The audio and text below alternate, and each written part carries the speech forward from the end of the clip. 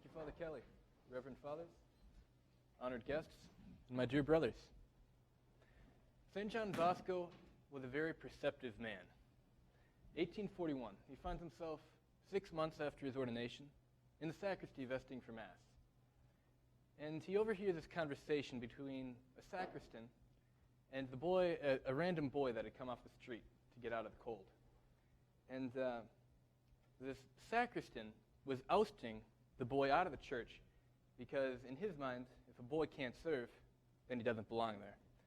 So St. John Bosco, he latched onto this conversation, went and talked to the sacristan, and after figuring out what had happened, he said that if he ever tried to pull a stunt like that again, he was going to lose his job. Then he then sent the sacristan out to get the boy, and the boy came back, and St. John Bosco, in his conversation, found out that this boy was an orphan out on the streets. He had no family, he had no job, he had no future.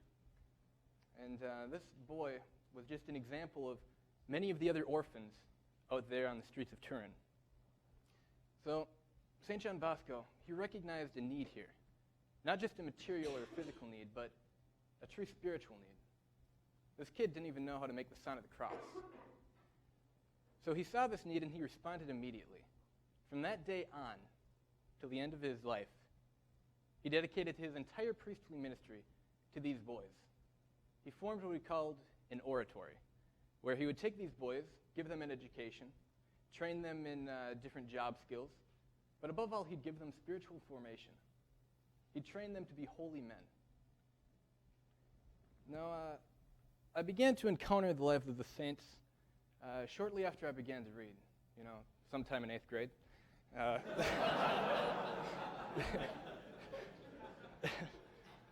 Their lives of holiness were a witness to me that I could live virtue. That virtue is something I could live. And that living for a higher purpose was not an option, but a necessity. St. John Bosco, he stood out uniquely among all these saints as the one that inspired me with the thought of priesthood.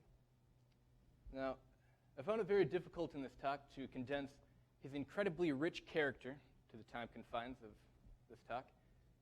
But a few characteristics that stood out to me early on that attracted me to him was his physical strength. Now, this was before the days of virtus, but he found himself in a catechism class.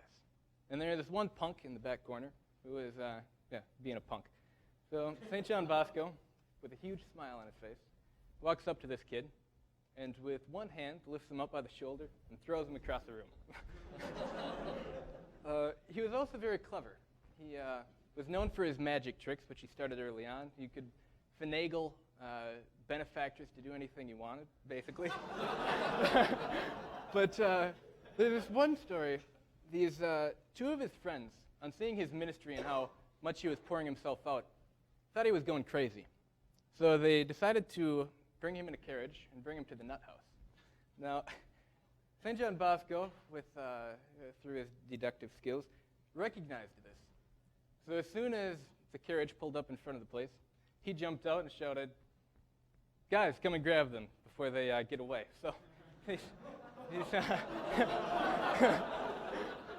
so the guys in white came, took his friends, and St. John Bosco walked home.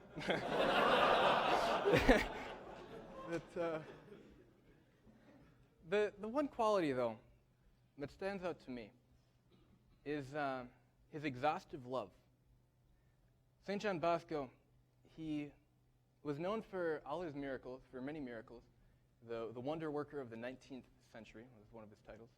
And he was known for biolocating, for multiplying food, for having miraculous knowledge about his boys.